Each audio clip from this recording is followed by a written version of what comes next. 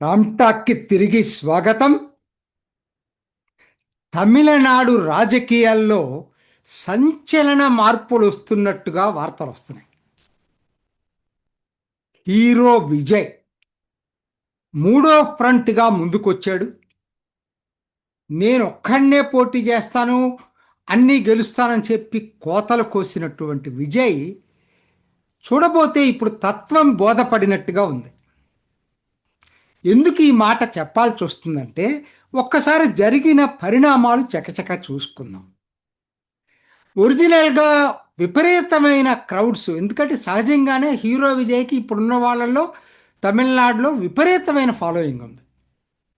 మొదట్లో ఆయన మీటింగ్కి ఊహించని పద్ధతిలో జనం, కానీ కరూరు సంఘటన ఓ పెద్ద కుదిపింది హీరో విజయ్ రాజకీయ భవిష్యత్తులో.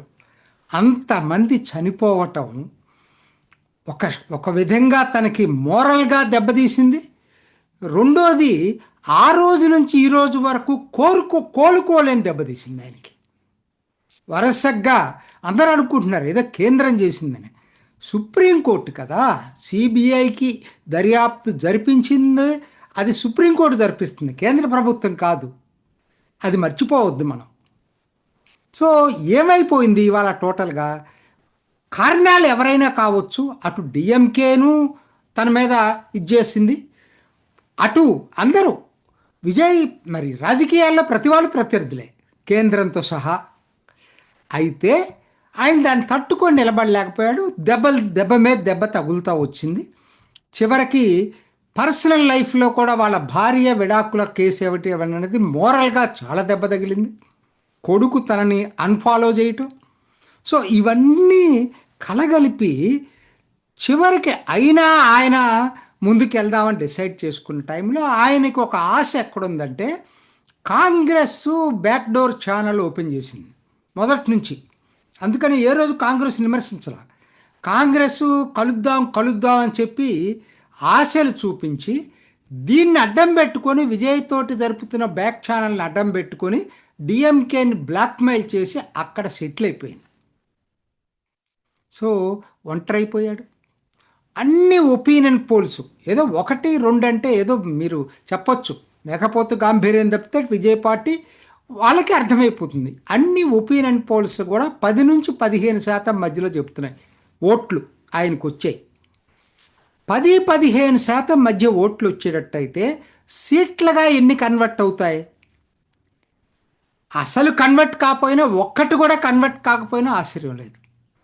కేరళలో చూస్తున్నాం కదా బీజేపీ పరిస్థితి 15-20% మధ్యలో ఉంది వాళ్ళ ఓటింగ్ శాతం. ఒక్క అసెంబ్లీ సీట్ లేదు.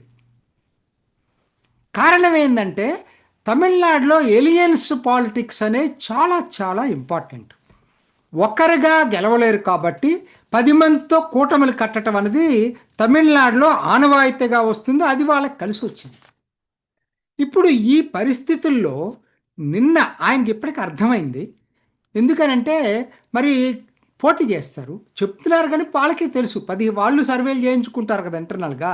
15% అంటే మరి ఇవాళ కనుక అసెంబ్లీలో సీట్లు అసలేం లేకుండా, ఉనికి లేకుండా పోయేటట్టు అయితే 5 సంవత్సరాలు పార్టీని అలా నిలపడం అనేది కష్టమైన పని, తేలికైన పని కాదు. దానికి ఎన్నో ఉదాహరణలు ఉన్నాయండి.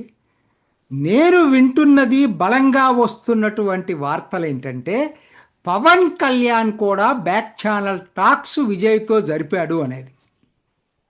ఎందుకంటే ఆయనకి స్వీయ అనుభవం ఉంది. తన సొంత అన్నయ్య చిరంజీవి పెట్టిన ప్రజారాజ్యం పార్టీ పెట్టినప్పుడు అసలు ఇప్పుడు విజయ్కి ఎట్లా వచ్చారో ఆంధ్రాలో అదే పద్ధతిలో చిరంజీవికి వచ్చారు. తిరుపతి మహాసభ అయితే, తిరుపతి మీటింగ్కి అయితే అసలు ఊహించలేము ఎంతమంది, ఎన్ని లక్షల మంది వచ్చారు. ఓట్లు రావటం వేరు, జనం రావటం వేరు, సీట్లుగా కన్వర్ట్ కావటం వేరు. ఈ రెండిటికి చాలా తేడా ఉంటుంది. మీరు అనొచ్చు ఒకే ఒక వ్యక్తి, ఇప్పుడు ఎంజీఆర్ అప్పటికే రాజకీయాల్లో ఉన్నాడు. కొత్తగా వచ్చిన వాళ్ళు ఎవరు తమిళనాడులో? కెప్టెన్ విజయకాంత్. ఆయన హీరోగా ఉండి వచ్చాడు, ఆయన మంచి ఫాలోయింగ్ ఉండేది. అయినా ఆయన మొట్టమొదటిసారి పోటీ చేసినప్పుడు 2006లో 8% వచ్చినాయి ఓట్లు, మర్చిపోవద్దు ఇది. కమల్ హాసన్ తర్వాత వచ్చి ఇది చేశాడు. కోర్స్ అది అందరికి తెలిసిందే, 3% కూడా రాలేదు ఆయన కోట్లు. ఒకే ఒక్క వ్యక్తి ఎవరంటే ఎన్టీఆర్. ఎన్టీఆర్ కూడా రాజకీయ పరిస్థితులు ఒకటి, ఎన్టీఆర్కి ఉన్నటువంటి ఇమేజ్తో పాటుగా ఆ రోజున రాజకీయ పరిస్థితులు కూడా మనం పరిగణలోకి తీసుకోవాలి. ఆ రోజు కాంగ్రెస్ మీద తీవ్ర వ్యతిరేకత, సంవత్సరానికి ఒక ముఖ్యమంత్రిని మార్చటం, సరైన ప్రత్యామ్నాయం లేదు ఆ రోజు. కాబట్టి కాంగ్రెస్కు వ్యతిరేక ఓటంతా ఎన్టీఆర్కి వేశారు. 90 రోజులు నిరంతరంగా టూర్ చేశాడు ఎన్టీఆర్. సో పరిస్థితులు కూడా అనుకూలించినాయి ఎన్టీఆర్కి ఆ రోజు. ఇవాళ అది కాదు కదా, ఇది మూడో ఫ్రంట్. 2 ఫ్రంట్లు ఉండి మూడో ఫ్రంట్ పోటీ చేయటం. చిరంజీవి పోటీ చేసిన, ఇప్పుడు విజయకాంత్ చేసిన, తర్వాత కమల్ హాసన్ చేసిన, ఇప్పుడు హీరో విజయ్ పోటీ చేయాలనుకున్నా థర్డ్ ఫ్రంట్. అది మర్చిపోవద్దు, సెకండ్ ఫ్రంట్ కాదు ఎన్టీఆర్ టైంలో లాగా. సో ఇది తేడా ఒకటి.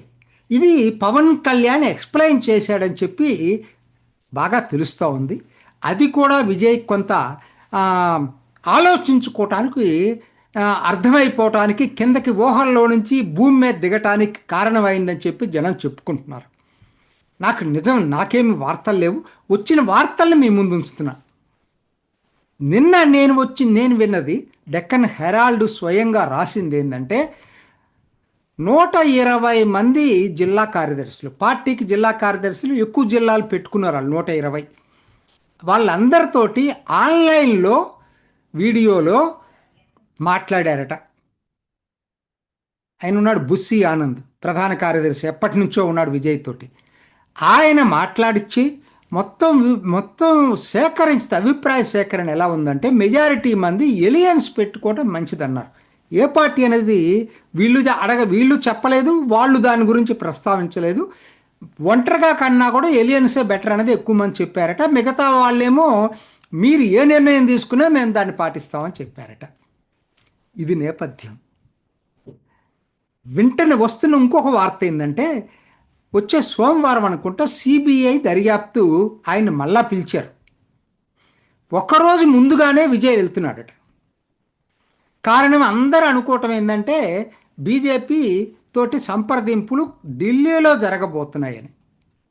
అంటే దీనికి అన్నిటికి కొన్ని కనపడుతున్నాయి. ఏంటంటే ఒకటి, అసలు బీజేపీకి ఎందుకని వచ్చింది ఆలోచన అనుకోవచ్చు. బీజేపీని విమర్శిస్తున్నాడు కదా విజయ్, అయినా బీజేపీ ఎందుకనండి. బీజేపీ ఏంటంటే చాలా రాజకీయంగా అనుభవం ఉన్న పార్టీ, అతిపెద్ద పార్టీ కాబట్టి వాళ్ళకి రీసెర్చ్ టీం ఉంటుంది. డిఎంకే ఇప్పుడున్నటువంటి ఎలియన్స్ ఎంత స్ట్రాంగ్ ఎలియన్స్ అంటే, డిఎంకేతో పాటుగా కాంగ్రెస్, అట్లానే వీసీకే, దళితుల్ని రిప్రజెంట్ చేసే వీసీకే, దాంతోపాటు ఒకనాడు గట్టి పార్టీగా ఉన్నటువంటి ఎండిఎంకే, వైగో తెలుగు ఆయన ఒకనాడు డిఎంకేకి వ్యతిరేకంగా ఫైట్ చేసిన వ్యక్తి ఆయన. ఆ తర్వాత కెప్టెన్ విజయకాంత్, ఇందాక మాట్లాడుకున్న కెప్టెన్ విజయకాంత్ పార్టీ, ఆయన లేకపోయినా కూడా ఎంతో కొంత పర్సంటేజ్ ఓట్స్ ఉన్నాయి. అట్లానే కమల్ హాసన్ ఎంఎంకే, ముస్లింలు 2 పార్టీలు, ఐయుఎంఎల్ ఇంకొక పార్టీ 3 కూడా ఉన్నాయట. సో గంపగుత్తగా ఒక స్ట్రాంగ్ ఫర్మిడబుల్ ఎలియన్స్గా డిఎంకే ఉంది. కాబట్టి దీన్ని ఎదుర్కోవాలంటే డిఎంకే ఏతర పార్టీల అన్ని ఓట్లు కూడా కలవాల్సిందేనన్నటువంటిది బీజేపీకి ఉన్నటువంటి ఆలోచన. దాంట్లో నుంచి పుట్టుకొచ్చిందే విజయ్ తోటి కలిసిపోవాలన్నది. విజయ్కి జ్ఞానోదయం, తత్వం బోధపడేటట్టుగా ఎక్స్ప్లెయిన్ చేసినట్టుగా తెలుస్తూ ఉంది. అటువైపు పవన్ కళ్యాణ్ను కూడా ఉపయోగించుకున్నట్టుగా తెలుస్తూ ఉంది. మొత్తం మీద ఏంటంటే, మీ 15% ఓట్లతోటి మీరు ఒంటరిగా పోటీ చేసేదానికన్నా కూటమిలో కనుక మీరు పోటీ చేసినట్టయితే, ఎన్డీఏ కూటమిలో మీకు గౌరవప్రదమైన సీట్లు వస్తాయి, మీ ఉనికిని మీరు కాపాడుకోగలరు అనేది బీజేపీ ఎక్స్ప్లెయిన్ చేసినట్టుగా తెలుస్తుంది. ఇక మిగిలింది నేను వింటుంది ఏంటంటే, సీట్ల చర్చలు తప్పితే స్థూలంగా ఆయన ఒప్పుకునే పరిస్థితి విజయ్ వచ్చాడని చెప్పి. సో ఇదే కనుక జరిగేటట్టయితే డిఎంకేకి నిద్రే ఉండదు. ఖచ్చితంగా ఇది పర్సెప్షన్ కూడా బిల్డప్ అయిపోతుంది. డిఎంకే ఎంత స్ట్రాంగ్ ఎలియన్సో అంతకన్నా స్ట్రాంగ్ ఎలియన్స్ అవుతుంది. 15% ఇటు రాకపోవచ్చు, 15లో 10% వచ్చినా అన్నా డిఎంకే ఎన్డీఏ గెలుస్తుంది. సో దీంతో ఇప్పుడు తమిళనాడు రాజకీయాలు వచ్చే వారం అతి కీలకం కాబోతున్నాయి. చెక్క మారుతూ ఉన్నాయి. అందుకనే సీట్ల పంపకం చర్చలు ఎన్డీఏ మొదలు పెట్టలేదనేది కూడా తెలుస్తుంది. ఎందుకంటే ఇటీవల ఈపీఎస్ని పిలిపించి అమిత్ షా మాట్లాడుకున్నాడు ఢిల్లీలో. ఇది పరిస్థితి. వెయిట్ చేద్దాం. ఒక 2-3 రోజుల్లోనే దీని మీద మనకి వార్తలు బయటకు వచ్చే అవకాశం ఉంది.